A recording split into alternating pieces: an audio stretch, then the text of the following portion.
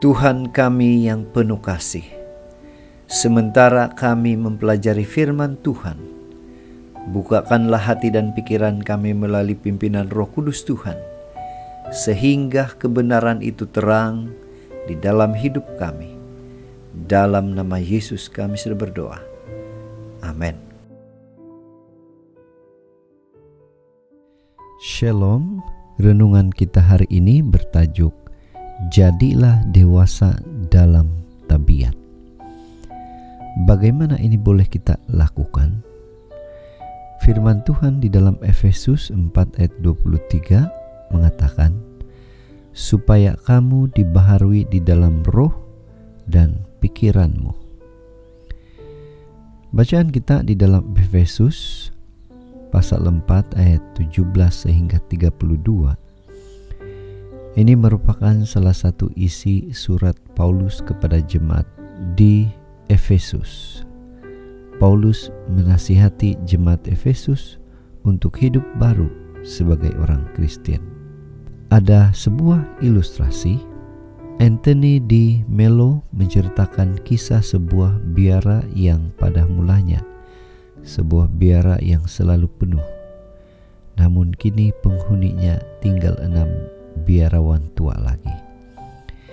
Biarawan ini prihatin dan merasa tidak berdaya mengembalikan kejayaan biara itu. Mereka memutuskan meminta nasihat daripada orang bijak. Betapa kecewanya mereka apabila orang bijak itu hanya mengatakan, seorang di antara kamu adalah Mesias. Mereka merasa putus asa. Namun mereka mulai bertanya-tanya, apa maksudnya seorang di antara kita adalah Mesias? Jika memang ada Mesias, siapakah dia? Keenam biarawan ini mulai berhati-hati dalam bersikap, berperilaku dan berbicara satu sama lain. Pelan-pelan perubahan ini memikat ramai orang, sehingga kemudian seorang pemabuk bergabung dengan mereka. Demikian seterusnya hingga biara itu kembali penuh. Mari kita kembali kepada bacaan kita hari ini. Apakah ada kaitan ilustrasi dengan firman Tuhan kita pagi ini? Karakter atau tabiat yang bertumbuh menuju kedewasaan, inilah yang seharusnya terjadi dalam hidup orang percaya. Kitab Efesus menjelaskan kepada kita bahwa hidup dan karakter kita sama sekali berbeza setelah kita mengenal Kristus. Orang yang mengenal Kristus sepatutnya tidak lagi mengerjakan hal-hal yang sia-sia dan bahkan meninggalkannya. Apa aplikasi renungan ini untuk kita? Kehidupan sebagai manusia baru yang diciptakan menurut kehendak Tuhan ini akan nampak nyata dalam diri orang percaya.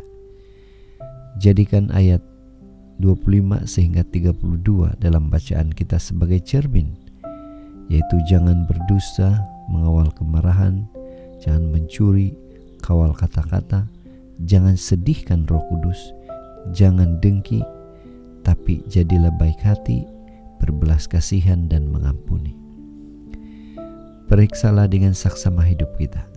Sebagai seorang yang mengenal Kristus, apakah karakter atau tabiat kita bertumbuh selaras dengan nasihat firman Tuhan dan tabiat itu menjadi ciri khas hidup kita? Kiranya karakter kita menjadi kesaksian yang baik bagi sesama.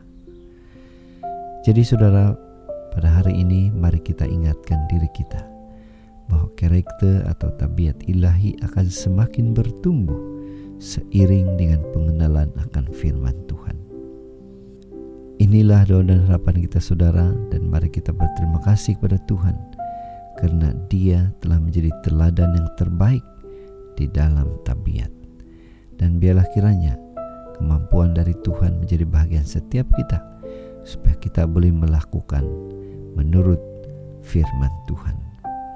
Mari tetap setia, tetap semangat, dan tetap positif untuk terus menjadi dewasa di dalam tabiat Kristus. Tuhan memberkati. Bapa, terima kasih atas firman yang begitu indah, yang menguatkan kami untuk terus setia kepada Tuhan. Dalam nama Yesus, kami berdoa. Amin.